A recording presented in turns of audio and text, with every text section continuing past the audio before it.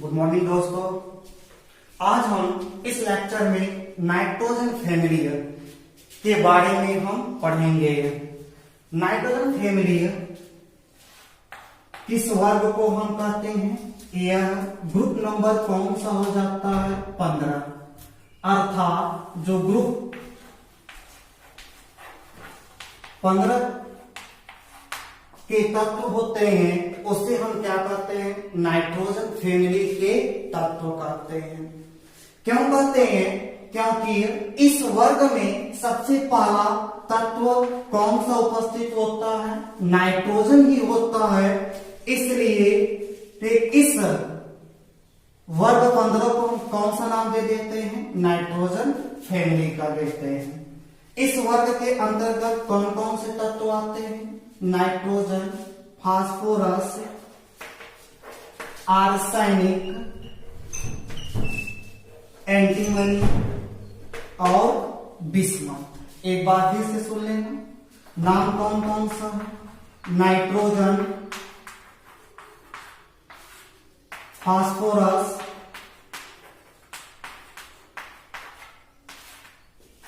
Arsenic,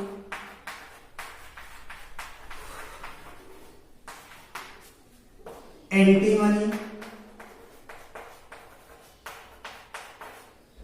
और last bismuth.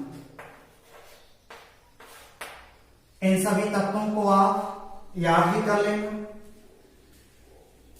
अब nitrogen और जो फास्फोरस होते हैं वह किस प्रकार के तत्व होते हैं? यह दोनों जो तत्व पाए जाते हैं कह सकते हैं कि यह अधातु होते हैं, अर्थात नॉन मेटल होते हैं। आर्सेनिक और जो एंटीमनी होते हैं यह कैसे होते हैं? उपधातु होते हैं, अर्थात मेटेलाइट होते हैं। और जो बिस्मथ होता है, बिस्मथ कैसे होते हैं? धातु। इसे हम टिपिकल एलिमेंट भी कहते हैं, अर्थात यह भंगुर होते हैं। एक भंगुर होने का मतलब ये होता है कि जैसे आप मिश्री को देखे होंगे, अगर उसको तोड़ते हैं तो वह क्या हो जाते हैं? टूट जाते हैं अन्य छोटे छोटे टुकड़ों में। इस वजह से इसको हम कौन सा नाम दे देते हैं? एक टिपिकल एलिमेंट भी कहते हैं।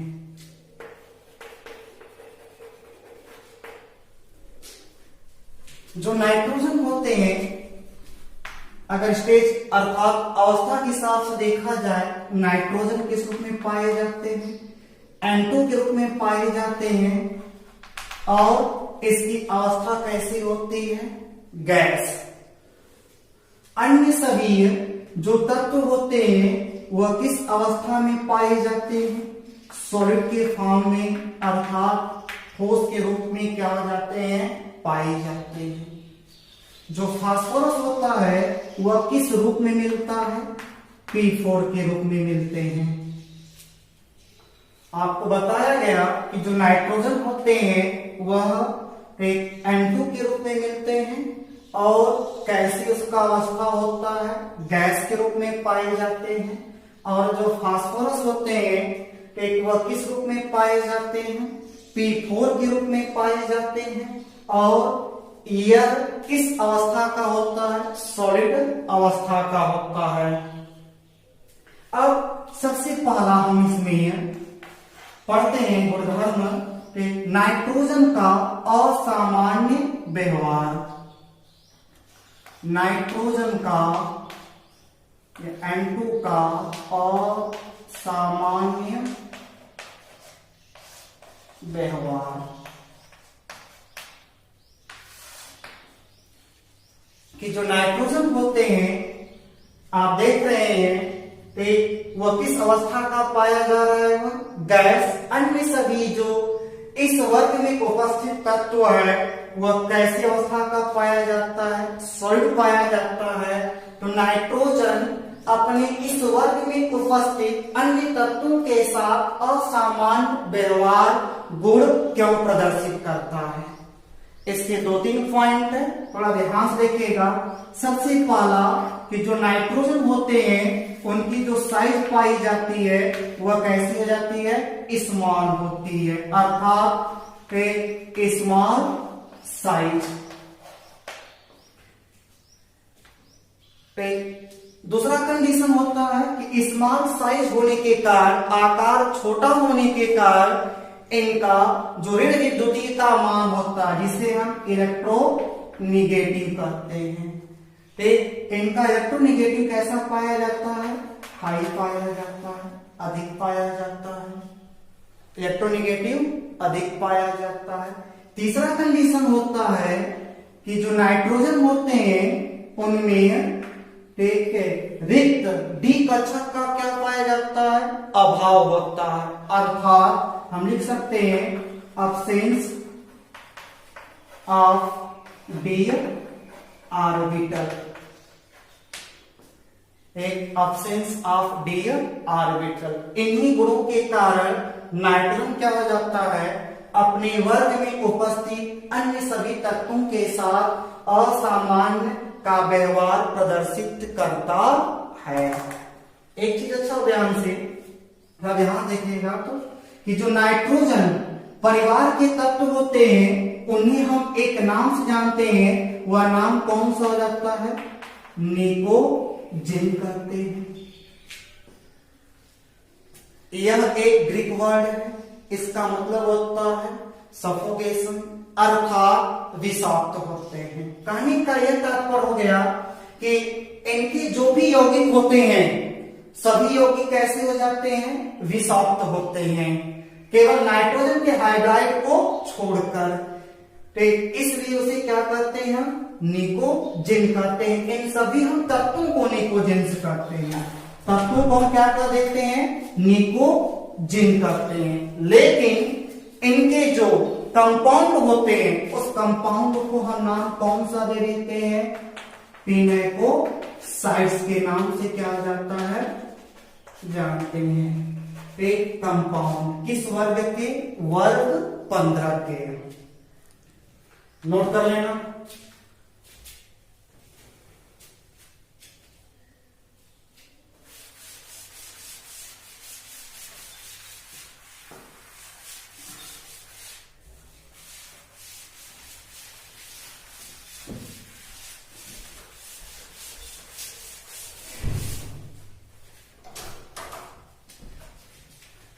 ध्यान से कि जो नाइट्रोजन होते हैं आपको इससे पहले बताया गया था, वह किस रूप में पाए जाते हैं, N2 के रूप में पाए जाते हैं, और इसकी प्रावस्था कैसी होती है, गैस के रूप में पाए जाते हैं। अच्छा, N2 के रूप में क्यों पाए जाते हैं, इसका क्या रीजन है, थोड़ा रीजन ध्यान से देखिएगा। सबसे पहला इसका जो आकार है, आकार कैसा है, छोटा है, स्मॉल साइज है। स्मॉल साइज होने के कारण, आकार छोटा होने के कारण इसमें जो ओवरलैपिंग पाया जाता है वह क्या हो जाता है, अधिकतम पाया जाता है, अर्थात मोर ओवरलैपिंग पाया जाता है। जब अधिकतम जो ओवरलैपिंग पाया जाता है, ओवरलैपिंग को हिंदी में कहते हैं अतिव्यापन। जो अधिकतर ओवरलैपिंग पाए जाते हैं या अधिकतम देखिए अतिव्यापन पाया जाता है, इसमें अतिव्यापन कौन सा पाया जाता है, पी पाई और पी पाई बंध का अतिव्यापन पाया जाता है। तो अतिव्यापन के कारण इसमें क्या निर्माण हो जाते हैं, मल्टीपल बंध का निर्माण हो जाता है, अर्थात जो नाइट्रोजन होते हैं अधिकतम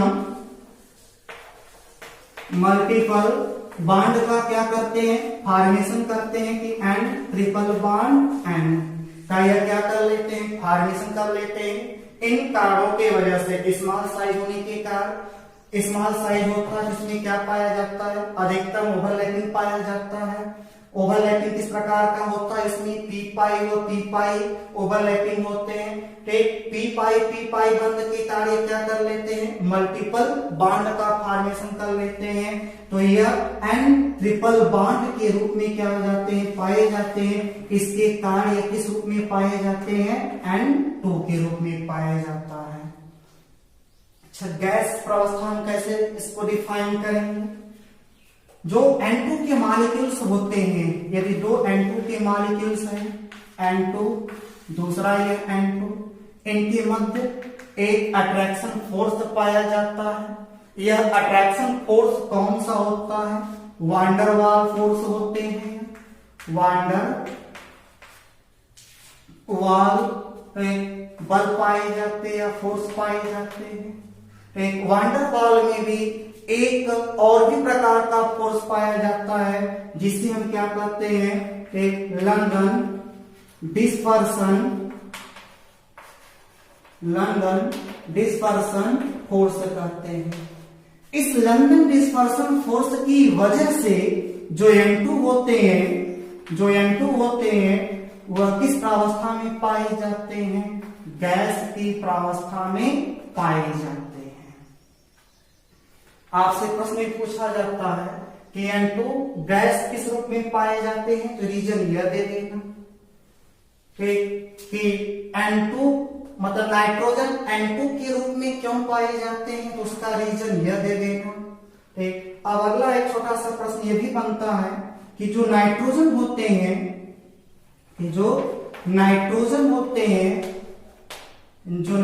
गैस होते हैं वह किस प्रकार के गैस होते हैं? अक्रिय। प्रश्न होता है कि नाइट्रोजन गैस अक्रिय गैस की तरह व्यवहार क्यों करते हैं? थोड़ा ध्यान से देखिएगा। अभी आपको बताया गया था इससे पहले कि जो नाइट्रोजन होते हैं, नाइट्रोजन के मध्य क्या पाया जाता है? N triple bond N। अक्रिय होने का मतलब यह होता है कि इसकी जो रिएक्टिविटी होती है, क्रियाशीलता का गुण, क्रियाशीलता वह कैसी पाई जाती है? कम पाई जाती है, लेस रिएक्टिव होती है। जितनी भी इनर्ट, अक्रिय को हम इनर्ट भी कहते हैं, जैसे 18 वर्ग जो होते हैं इनर्ट गैस के नाम से जाने जाते हैं, उन गैसों की क्रियाशीलता भी क्या पाई जाती है? कम पाई जाती है। इस प्रकार से जो नाइट्रोजन भी होते हैं वह इनर्ट गैस की तरह व्यवहार करते हैं। क्यों करते हैं? क्योंकि उनके मध्य क्या पाया जाता है कि नाइट्रोजन के मध्य N ट्रिपल बॉन्ड क्या हो जाते हैं? N क्या हो जाता है? पाया जाता है। ट्रिपल बॉन्ड होने के कारण इन दोनों, जब हम एटम्स को अलग करेंगे तो ट्रिपल बॉन्ड होने के कारण इनकी जो बंध वियोजन ऊर्जा बॉन्ड डिसोसिएशन एनर्जी क्या पाई जाती है? बहुत ही अधिक पाई जाती है। इसके कारण ही जो नाइट्रोजन होते हैं उनकी क्रियाशीलता क्या हो जाती है? कम पाई जाती है। नोट कर लेना।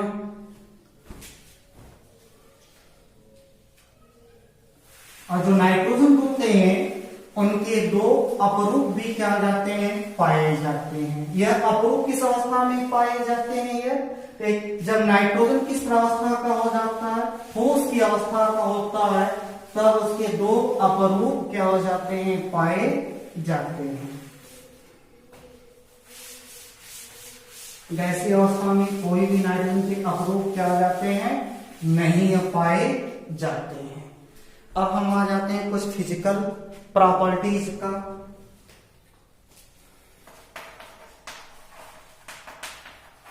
भौतिक गुण के बारे में फिजिकल प्रॉपर्टीज में सबसे पहला हम कौन सा पढ़ेंगे? इलेक्ट्रॉनिक विन्यास। इलेक्ट्रॉनिक विन्यास कौन कौन से तत्व? Nitrogen, phosphorus, arsenic, antimony and bismuth.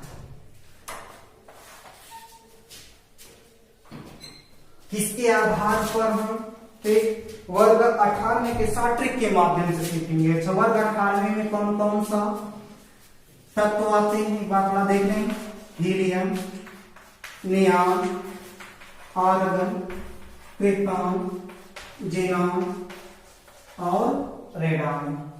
इनके जो प्रमाण क्रमांक होते हैं, एक हम मैजिक नंबर के द्वारा क्या कर सकते हैं, ज्ञात कर सकते हैं। वो मैजिक नंबर कौन कौन सा? 2, 8, 8, 18, 18, 32।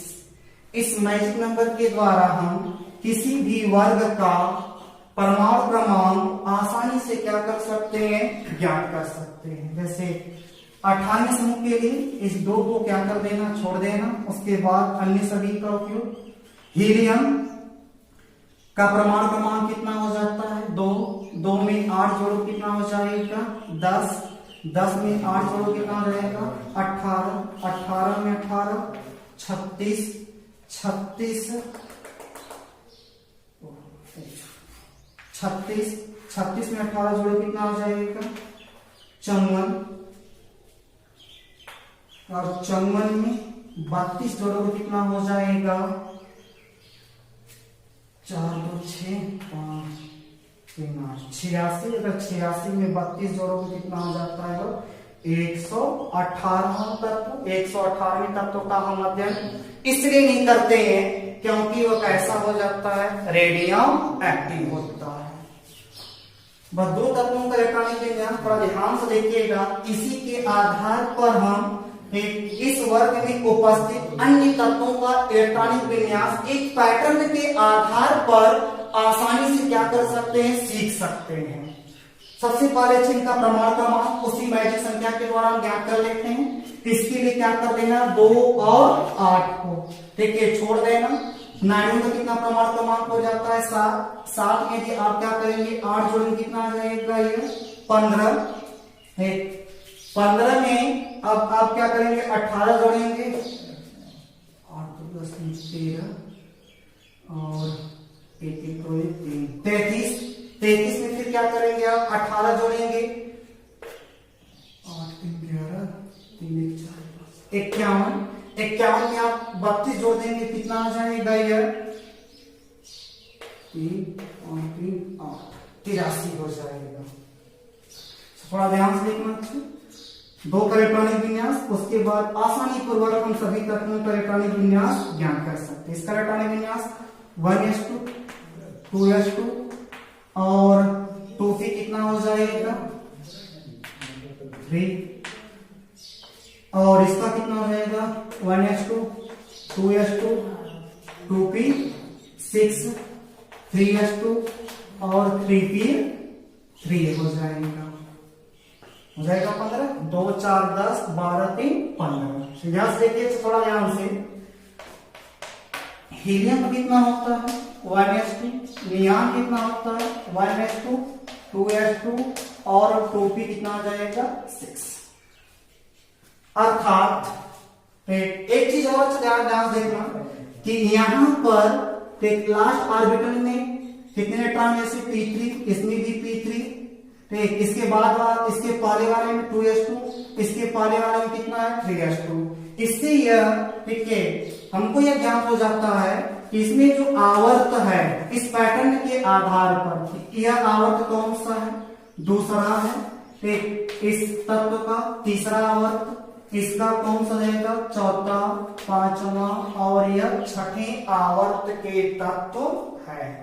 अब इसी के हम आधार पर अब आसानी पूर्वक सभी तत्वों का इलेक्ट्रॉनिक विन्यास देख सकते हैं या ज्ञात कर सकते हैं। देखना अच्छा ध्यान से। जैसे यहां पर अगर साट्रिक का प्रयोग करें, अब कैसे लिखेंगे हम? 1s2 के स्थान पर क्या लिख देंगे हम? एक Ne। इसका कितना है? 2 2 4 4 3 कितना हो जाएगा? 7। अब इतने का कितना है? यह इलेक्ट्रॉनिक विन्यास दिखा रहा है नियॉन का, जिसका प्रमाण क्रमांक कितना है? 10। अर्थात हम यहां तक इसको हटाकर क्या लिख सकते हैं? नियॉन, जिसका प्रमाण क्रमांक कितना हो जाएगा? 10। 10 2 12 12 3 कितना हो जाएगा? वह 15। अब आगे का एक कौन सा यह आर्गन Ar, इसका हम कितना दिखा देंगे? 18। 18 यहां जैसे कितना है? 3p है, यहां पर कौन सा रहेगा? यह 3d है 10 और इसी के आधार पर लिख देना 4s2 और यह कौन सा हो जाएगा 4p3। नेक्स्ट आगे का एंटीमनी, यहां से कौन से दिखा देना क्रिप्टॉन, क्रिप्टॉन का कितना है 36, यहां से कितना दिखा देना 4d 10 5s2 5 इसलिए क्योंकि इस एक आवर्त के तत्व है 5 5s2 और हो जाएगा ये 5p3। 36 10 कितना हो जाएगा 46 2 48 और 3 कितना हो जाएगा ये 51। आसानी से इस प्रकार से हम बिस्मत का भी कर सकते हैं। कौन सा दिखा देना जेनान XE कितना हो जाएगा ये 54 और इसमें 4d यहाँ पर 4f कितना हो जाएगा 14 5t यहाँ पर है तो 5d कितना हो जाएगा ये 10। उसके बाद किस आवर्त का तत्व है छठी आवर्त का तो क्या लिख देंगे हम 6s2 और 6p3।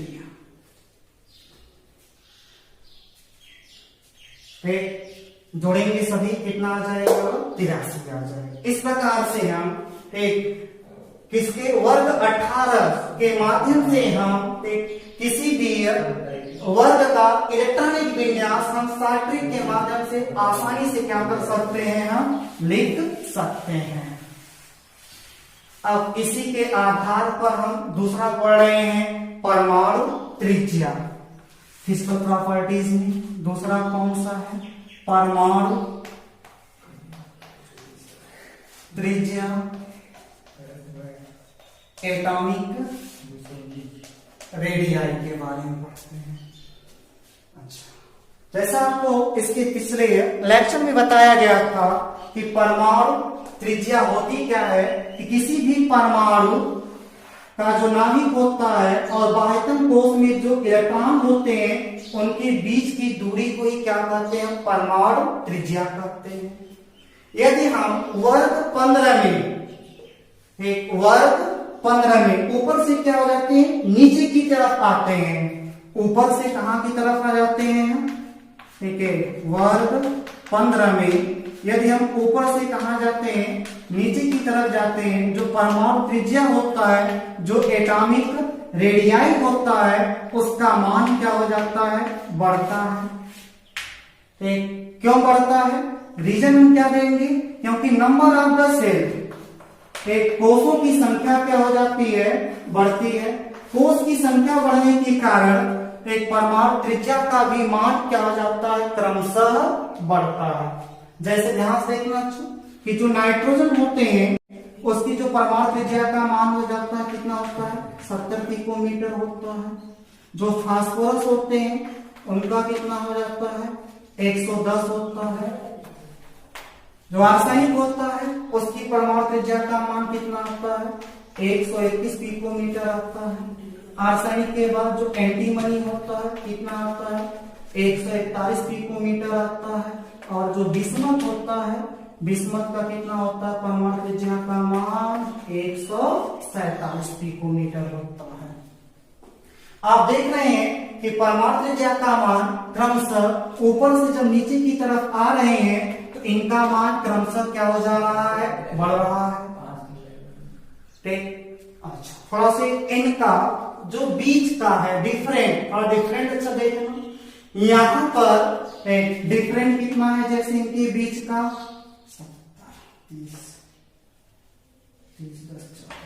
40 का डिफरेंट है। 110 से यहाँ का डिफरेंट कितना है 11 है। यहाँ का डिफरेंट कितना है 20 है और यहाँ का डिफरेंट कितना है केवल कितना है 6 है। थोड़ा ध्यान से देखना यहाँ पर डिफरेंट नाइट्रोजन से फास्फोरस पर परमाणु त्रिज्या का जो डिफरेंट का मान है इतना क्या हो गया इसलिए हुआ क्योंकि यहाँ पर एक नंबर ऑफ द सेल कोष की संख्या क्या हो गई थी बढ़ गई थी। नाइट्रोजन में दो ही कोष थे और फास्फोरस में कितने कोष हो गए थे 3 कोष हो गए थे। तो कोष की संख्या बढ़ने पर क्या हो गया था परमाणु त्रिज्या का भी मान क्या हो गया था बढ़ गया था। ध्यान से और फास्फोरस से यदि आर्सेनिक है तो देख रहे हैं कि परमाणु त्रिज्या का मान तो बढ़ रहा है, लेकिन जो डिफरेंट का मान है वो डिफरेंट का मान क्या हो गया, घट गया। 40 से घटकर कितना आ गया, 11 आ गया।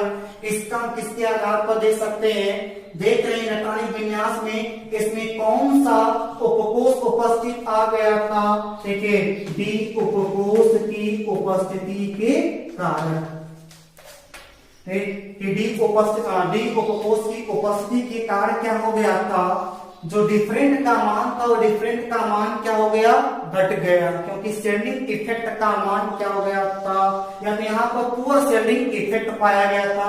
किसके कारण, डी उपकोष के कारण पाया गया था। अब आगे यहाँ पर कितना है, 20 है, इसमें भी डी उपकोष। अच्छा थोड़ा ध्यान से, लास्ट वाला से देखिए कि जो विषमत और जो एंटीमनी है, जो विषमत और जो एंटीमनी है, इनका डिफरेंट का मान क्या हो गया था, बहुत ही कम आया। इसी जगह से प्रश्न भी पूछा जाता है, एक विषमत और एंटीमनी में डिफरेंट का मान इतना क्यों आता है, आप बता देंगे सीधे से। एफ उपकोष क्या हो जाते हैं, उपस्थित होते हैं। आपको इलेक्ट्रॉनिक विन्यास दिखाई दे रहा होगा कि विषमत में कौन सा 4f ऑर्बिटल क्या हो जाते हैं, उपस्थित हो जाते हैं। 4f ऑर्बिटल उपस्थित होने के कारण यहाँ पर पुअर शेल्डिंग इफेक्ट पाया जाता है। पुअर शेल्डिंग इफेक्ट के कारण जो नाभिक होता है, नाभिक बाह्य कक्षक के इलेक्ट्रॉन को अपनी तरफ क्या कर लेते हैं, आकर्षित करते हैं। इसकी आकर्षण के वजह से ही क्या हो जाता है, एक जो डिफरेंट का मान आता है वो क्या हो जाता है, सबसे कम क्या हो जाता है, पाया जाता है। यह दूसरा हो गया कौन सा, परमाणु त्रिज्या का। अब हम तीसरा फिजिकल प्रॉपर्टीज पढ़ेंगे।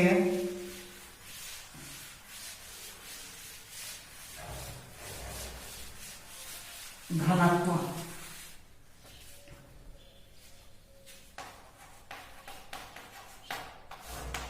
घनत्व तीसरा, आप एक सिंपल सा फार्मूला जानते हैं कि घनत्व बराबर क्या हो जाता है, कि घनत्व बराबर होता है कि द्रव्यमान अपान कौन आयतन। कि अगर द्रव्यमान का मान क्या हो जाएगा, बढ़ेगा, तो घनत्व का मान भी क्या हो जाता है, बढ़ता है। एरो टिप का ऊपर लगाने का मतलब बढ़ना, और एरो का तीर ऊपर लगता है बढ़ता है, अगर एरो का तीर नीचे लगाया जाता है इसका मतलब होता है घटता है। थोड़ा ध्यान से कि द्रव्यमान का मान यदि बढ़ता है तो घनत्व का मान भी क्या हो जाता है, बढ़ता है। ठीक, जैसे हम इस वर्ग 15 में ऊपर से नीचे की तरफ आते हैं, ऊपर से नीचे की तरफ आने पर प्रोटॉन की संख्या क्या हो जाती है, नाभिक में बढ़ती है। इस प्रकार से न्यूट्रॉन की संख्या बढ़ती है। प्रोटॉन और न्यूट्रॉन की संख्या बढ़ने से द्रव्यमान का भी मान क्या हो जाता है, बढ़ता है। जब द्रव्यमान का मान बढ़ेगा तो घनत्व का मान भी क्या हो जाता है, क्रमशः बढ़ता है। अर्थात अगर ट्रेंड आपको बताया जाए कि नाइट्रोजन से ज्यादा किसका हो जाता है, फास्फोरस का, उससे आर्सेनिक, उसके बाद एंटीमनी, और लास्ट कौन सा हो जाता है, विषमत। अब चौथा हम प्रॉपर्टीज पढ़ लेते हैं, ऑप्टिकल संख्या।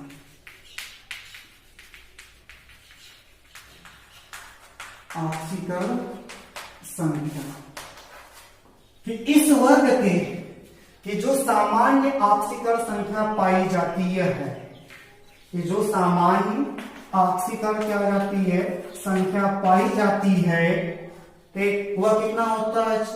जैसे वर्ग कौन सा है, 15 है, और ध्यान से देखिएगा। जैसे नाइट्रोजन जो है, इलेक्ट्रॉनिक विन्यास करके नाइट्रोजन का 7, 2 और 5 सामान्य इलेक्ट्रॉनिक विन्यास KLMN के आधार पर थोड़ा सा आसान हो जाएगा ऑप्टिकल संख्या को जान। यदि यह 5 इलेक्ट्रॉन का क्या कर दे, बाहर कर दे, त्याग कर दे, बाहर निकाल दे, तो भी क्या कर लेगा यह अक्रिय गैस की संरचना को क्या कर लेता है, प्राप्त कर लेता है। इस प्रकार से इसकी जो मैक्सिमम ऑक्सीकरण संख्या हो जाएगी वो कितना हो जाती है, 5 हो जाती है। और न्यूनतम कितना होगा, यदि 3 इलेक्ट्रॉन को ये ग्रहण करे तो 5 और 3 कितना हो जाएगा, 8 हो जाएगा। 2 पाले से कितना हो जाएगा, वो 10 हो जाएगा। ठीक, तो भी वह अक्रिय गैस की संरचना को क्या कर लेती है, प्राप्त कर लेती है, अर्थात अक्रिय संरचनाएं क्या कर लेती है, प्राप्त कर लेती है। इस प्रकार से वर्ग 15 का जो सामान्य ऑक्सीकरण अवस्था है, सामान्य ऑक्सीकरण जो अवस्था है वह कहां से कहां तक है, -3 से लेकर +5 तक क्या हो जाती है, पाई जाती है। जैसे आप जानते होंगे कि अमोनिया NH3 -3, दूसरा N2O5 में N की ऑक्सीकरण संख्या कितनी आ जाएगी, +5 होती है। इसी से अच्छा थोड़ा से हम कि नाइट्रोजन जो होते हैं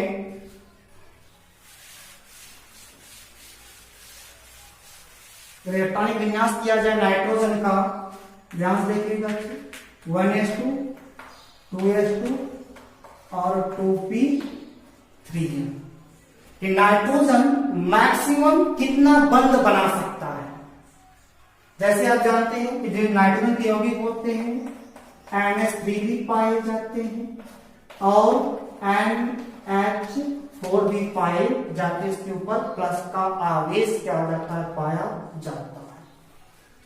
कि कोई भी तत्व मैक्सिमम कितना बंध बना सकता है यह किस पर डिपेंड करता है, उसके उपकोष में उपस्थित, वो भी कौन सा, संयोजी उपकोष, संयोजी जो बंध बनाने में क्या हो जाते हैं, भाग लेते हैं।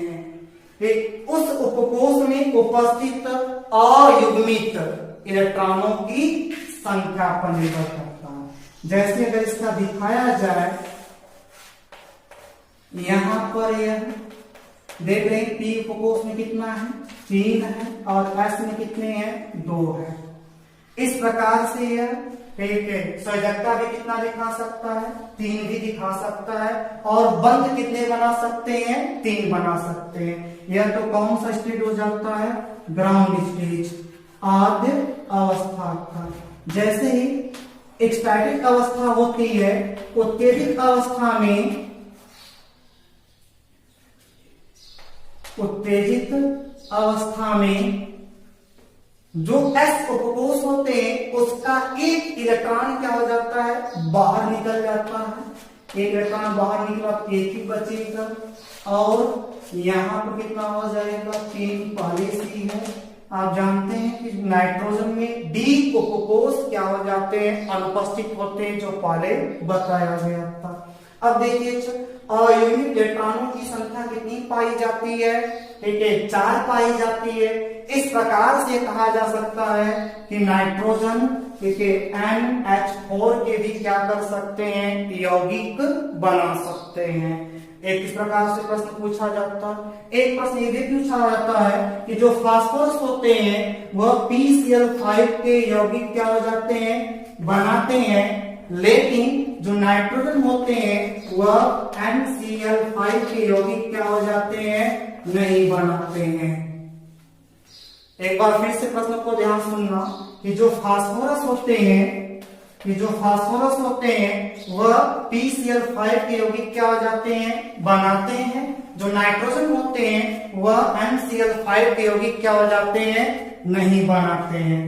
तो फास्फोरस में देख रहे हैं तीसरा कोष उपस्थित है, इसके कारण इसमें क्या पाया जाता है, 3 अर्थात डी, अर्थात हम कह सकते हैं 3D कोष पाए जाते हैं, लेकिन इलेक्ट्रॉन उपस्थित नहीं होते हैं। जब उत्तेजित अवस्था होता है इलेक्ट्रॉन आसानी से क्या हो जाते हैं, डी उपकोष में क्या हो जाते हैं, प्रवेश कर जाते हैं। जैसे इलेक्ट्रॉनिक विन्यास कर दिखाया जाए, कितना हो जाएगा, 1s2 2s2 2pl 6 3s2 और 3pl 3l। आप देख रहे हैं कि यहाँ पर p और 3d भी पाया जाता है, 0 दिखा सकते हैं। यहाँ पर 3 1 2 3 और इसमें कितना है 2 है।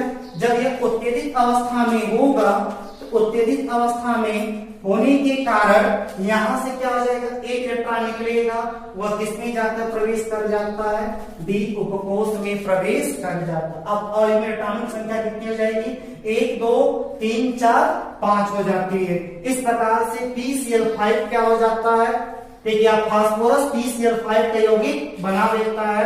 NCl, ठीक है, 5 यौगिक नहीं बन जाते हैं क्योंकि नाइट्रोजन में और भी इलेक्ट्रॉनों की संख्या कितनी होती है, 4 होती है। यह PCl5 में बनाकर NCl4 के यौगिक क्या हो जाते हैं, बना देते हैं। ओके, अब इसके आगे जो फिजिकल प्रॉपर्टीज में अन्य प्रॉपर्टीज बची हुई है वो कौन कौन सा, आयनन विभव, इलेक्ट्रोनेगेटिव, या नेक्स्ट वीडियो में पढ़ेंगे। थैंक्स।